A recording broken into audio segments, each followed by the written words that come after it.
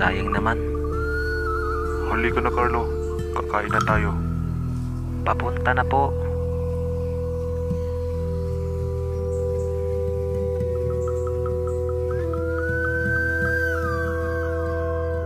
Gusto mo ba? Gusto mo ba? Gusto mo ba ng mga kakaibang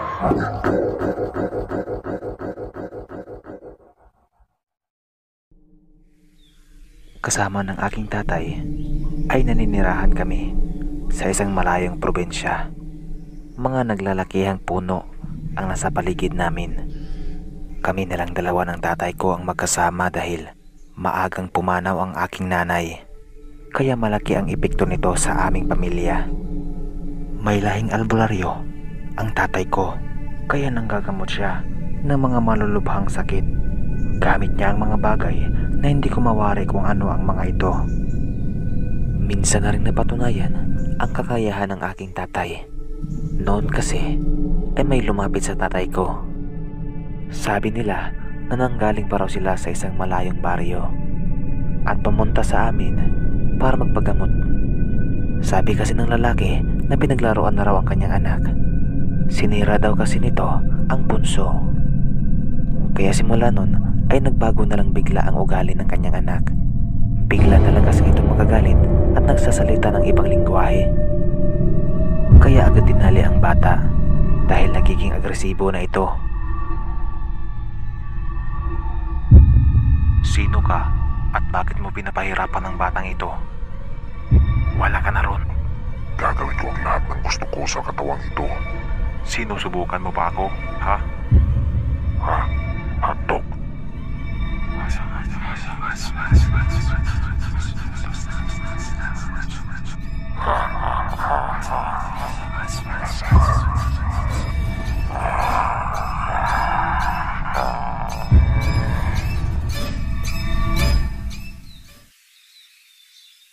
Anong nangyari? Maayos na siya. Lumabas na ang espiritu sa kanyang katawan. Nakakamangha naman talaga ang kakayahan ng aking tatay dahil ginagamit niya ito sa tama. At kahit na malayo ang aming bahay, dinadayo pa rin kami ng mga tao para magpagamot. Tay, magkakaroon din ba ako ng kapangyarihan gaya niyo? Ang kapangyarihang binigay sa atin ay kailangan nating pahalagahan at gagamitin natin ito sa tama. Huwag kang mag-alala, magkakaroon ka rin ito sa tamang panahon. Hindi talaga ako natatakot kahit na nag-iisa ang aming bahay sa kagubatan. Dahil alam kong poprotektahan ako ng tatay ko. Hanggang sa dumating ang gabing magpapabago sa aking pananaw. Habang may binibili sa tatay sa bayan, ay nag-iisa ako sa bahay dahil di pa siya umuwi. Ang tagal naman ni tatay.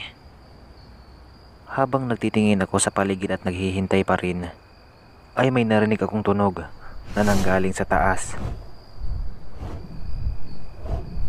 Ano yun?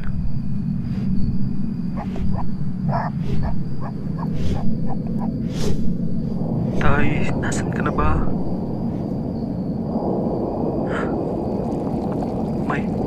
May wakwak rito.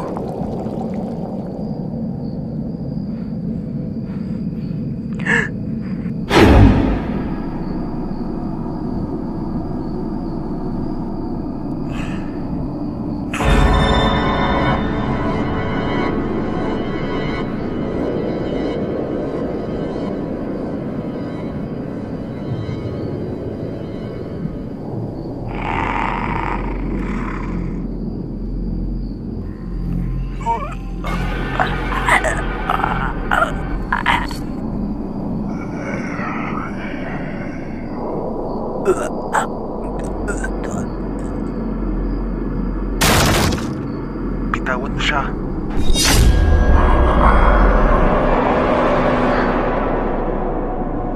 Lumayas ka na rito at huwag ka nang bumalik.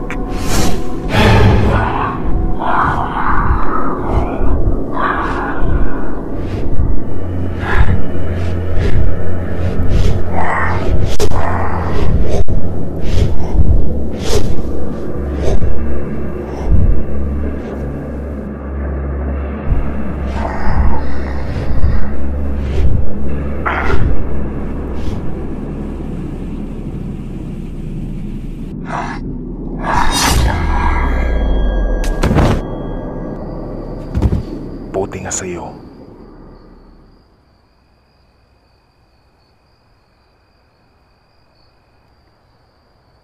Ayos ka lang ba? Opo.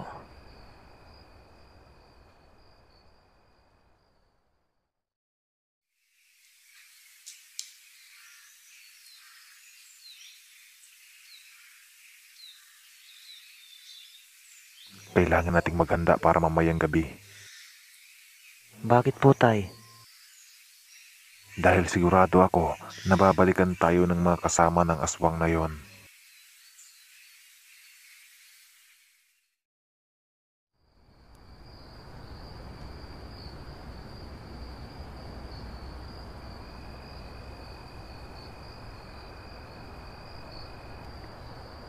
Narito na sila.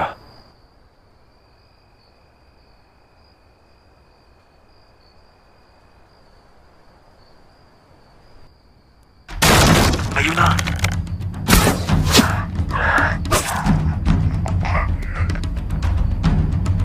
Huwag kang lumabas. Narito ako. Magbabayad ka sa ginawa mo sa tatay ko. Sige, subukan natin.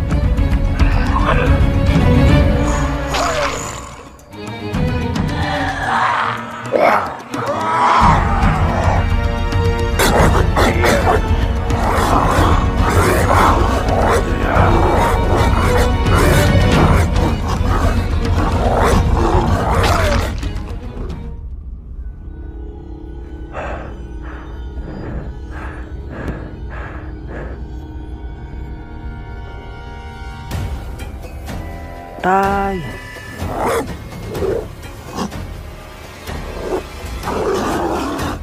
Tay!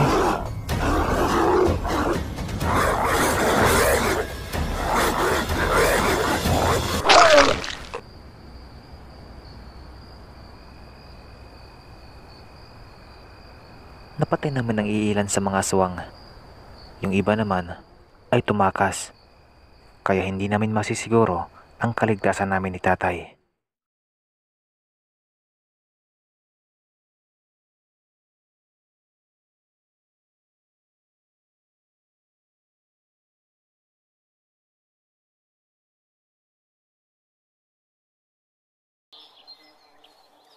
Doon lang.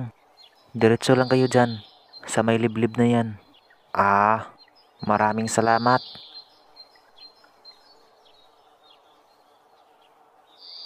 Bakit? Anong problema? Panay titig kasi itong kasama mo. Huwag mong intindihin yan. Ganyan lang talaga yan. Paano kung hindi? Sige. Aalis na kami. Sige. Mag-iingat kayo.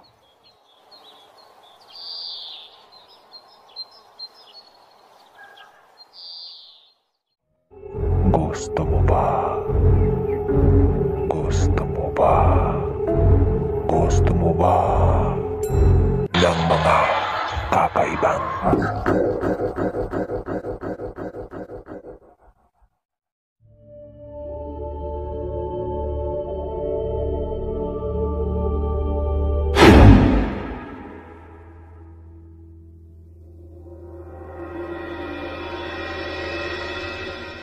Ilang taon na rin ang nakalilipas. Simula nang inatake kami ng mga aswang na iyon. Lumipat kami ng tirahan ni tatay at namuhay muli ng normal. Trabaho doon, trabaho dito. Medyo tumatanda na rin si tatay at nagiging mahina na rin siya. Nagpatuloy siya na gumawa ng mga gamot para kapag may dumayo sa aming lugar upang humingi ng tulong ay matutulungan niya ito kaagad nang walang hinihinging kapalit. Kung baga ay walang bayad kung may magpagamot. Nilalagay ni tatay ang mga gamot na kanyang ginawa sa isang maliit na bote. At pagkatapos ay iniipon niya ito para ibigay sa mga may malubhang sakit. Isang araw nga ay may isang lalaking lumapit sa akin. Humihingi ito ng tulong para sa kanyang asawa. Parang awa niyo na. Bakit ho? Ano ang maitutulong ko sa inyo? Tulungan niyo po ang asawa ko. Hindi ko na alam kung ano ang nangyayari sa kanya. Sige, susubukan kong makakaya ko. Maraming salamat po. Agad akong pumunta sa aking kwarto upang kumuha ng mga gamit na gagamitin sa panggagamot. Kumuha rin ako ng gamot na ginawa ni tatay. At dahil malapit nang lumubog ang araw, ay agad akong nagpaalam ni tatay. Ngunit hindi pala basta-basta dahil malayo at masukal ang daraanan. Kaya lumakad kami kaagad. Tara. Nilakbay namin ang masukal at maputik na kagubatan. At halos ilang oras ang lumipas, narating na rin namin ang kanilang lugar. Narito na tayo.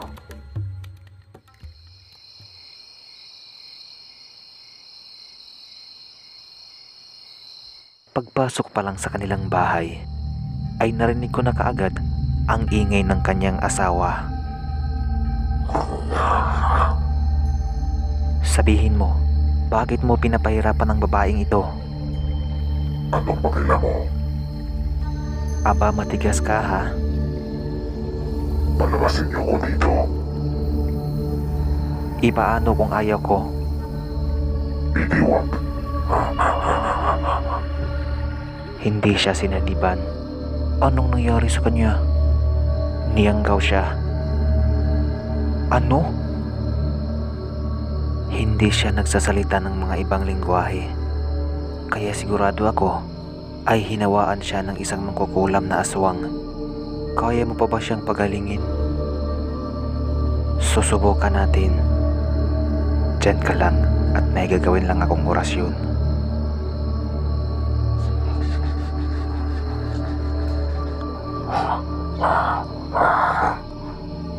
Itigil mo yan. Itigil mo yan.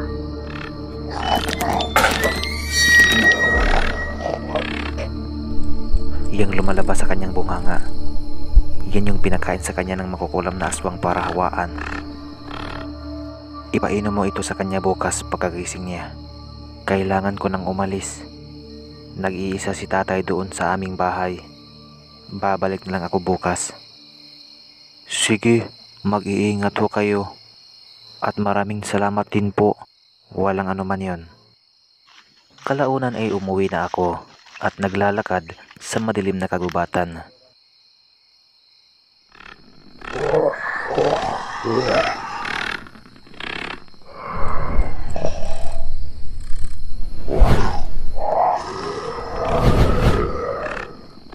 Anong kailangan nyo? Masyado ka nang nangingialam. Hindi mo na sana pinapakialaman ng babaeng yun. Di mo mapipigilan ang pag-aawa ko sa kanya. What if sampalin kita?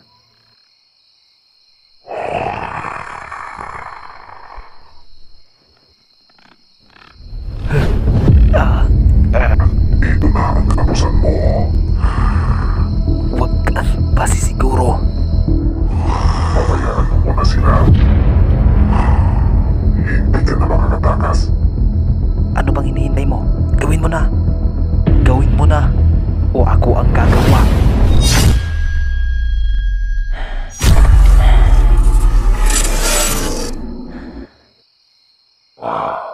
Imposible.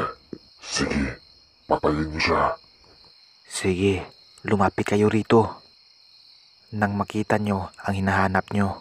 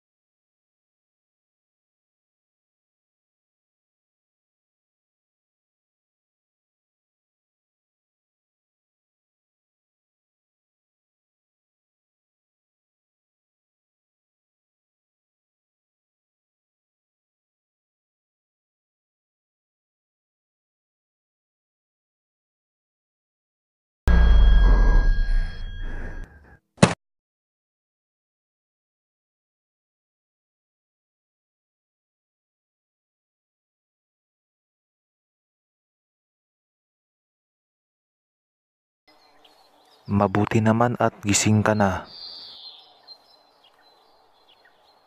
Salamat, Itay. Alam ko na ikaw yung nagligtas sa akin kagabi. Pero may kailangan pa po akong tapusin at gawin doon. Mag-iingat ka anak sa mga ginagawa mo. Makakaasa kayo, Itay.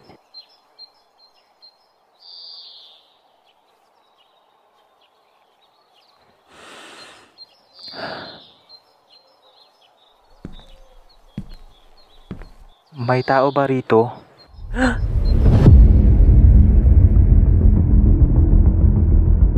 Anong nangyari sa'yo?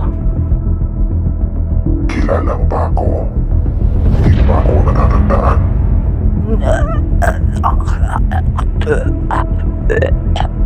Ano? Kayo pa? Ang lakas na loob mong bumalik.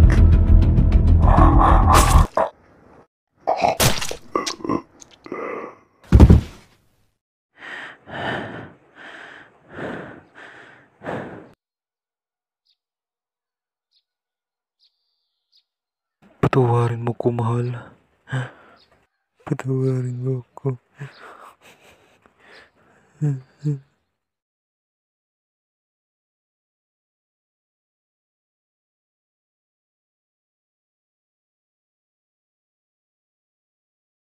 Na tayo. Papunta na po.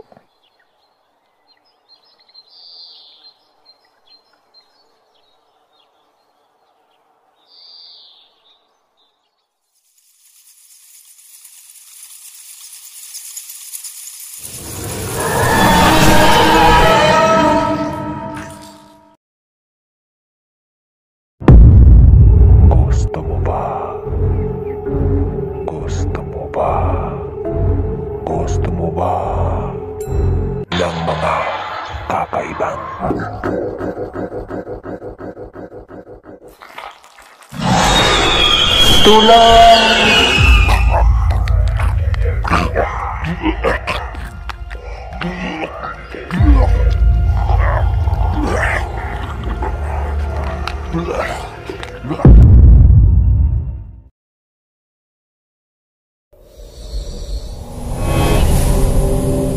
Anong nangyayari? Bakit umiilaw? May panganib. Sige, ubusin nyo. Huwag kayong magtira. Sisiguraduhin kong ubos kayong lahat.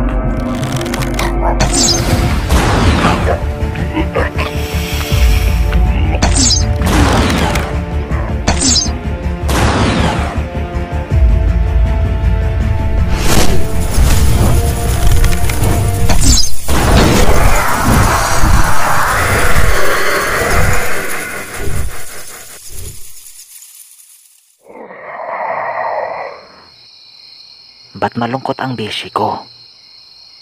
Kasi papatayin mo na ako. Mismo!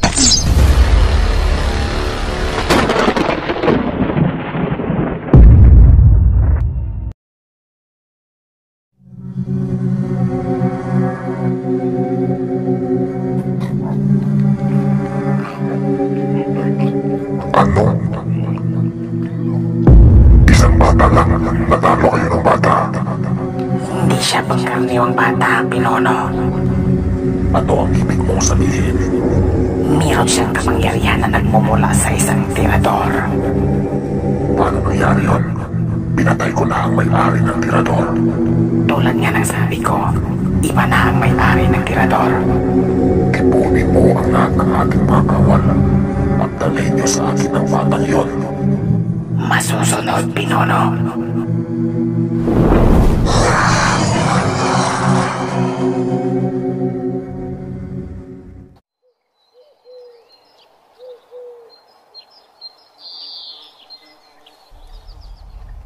Ginawa ko ang sinabi mo, Itay.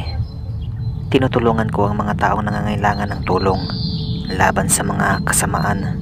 Gamit ko ang binigay mo sa aking tirador. At patuloy ko yung gagawin hanggang sa maubos silang lahat. Pangako, Tay, hahanapin ko kung sino man ang pumatay sa inyo.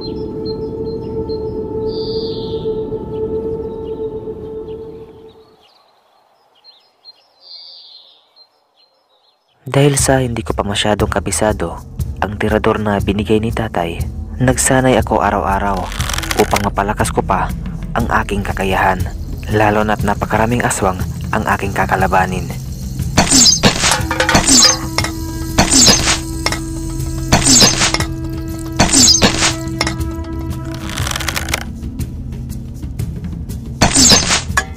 Humanda kayong mga aswang kayo. Sisiguraduhin kong mabubura kayo sa mundong ito.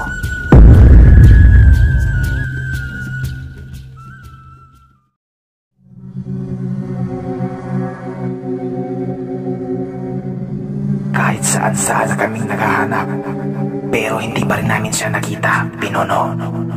Kung ganon, isa lang ang paraan para lumabas siya. Ano yun, Pinono? Kailangan niyong gumawa ng gulo. Ano po ang ibig niyong sabihin, Pinono? Kumitil kayo ng buhay para lumabas siya. Masusunod, Pinono. Sige na, lumakad ka na. Lalakad lang siya, Pinono. Hindi siya lilipad. Tumahimik ka. Paumanhin po.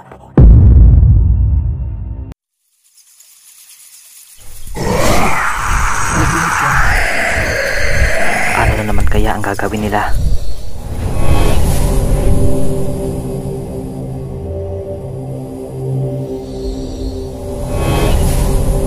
Hindi ito maganda.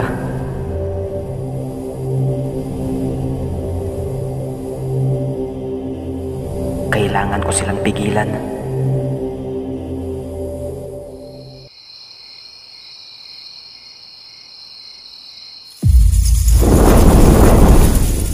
Hanggang dyan na lang kayo. Aba, hindi na tayo mahihirapang hanapin siya dahil ikaw na mismo ang lumapit sa kamatayan mo. Para desisyon, ganon? Alam mo, ang dami mo pang sinasabi. Bakit hindi natin subukan nang malaman? Iyan ba ang gusto mo? Pues, ibibigay ko sa'yo.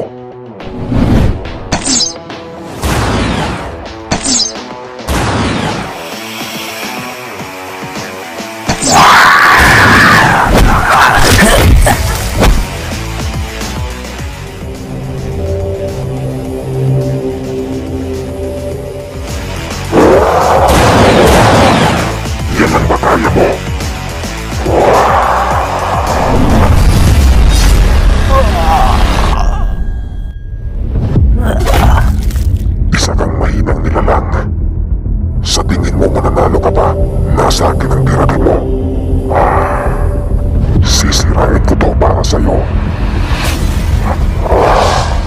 Ano nangyari?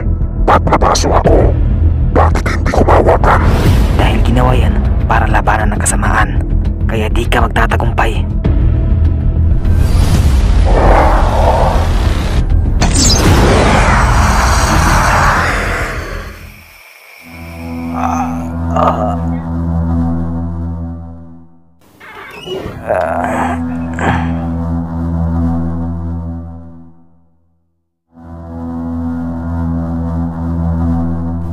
Dito ka lang pala nagulong ka, binata. Umanda ka dahil dito na ang natapusan mo.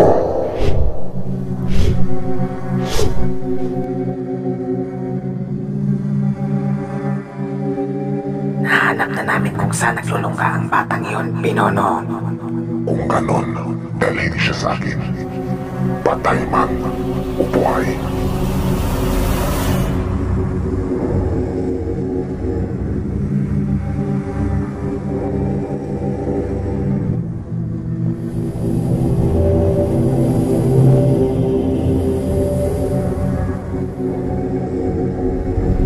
Lumabas ka dyan. Magpakita ka dito. Huwag kang duwag. Lumabas ka. Nandyan na. Kanina pa. Inaasahan ko na talaga ang pagbisita nyo dito sa akin. Teka, bakit naputol tong tirador ko? Ha?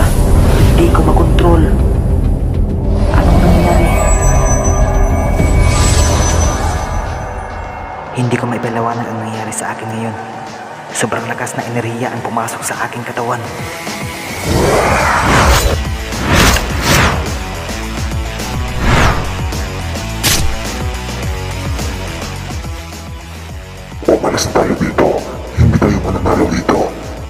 Saan kayo punta?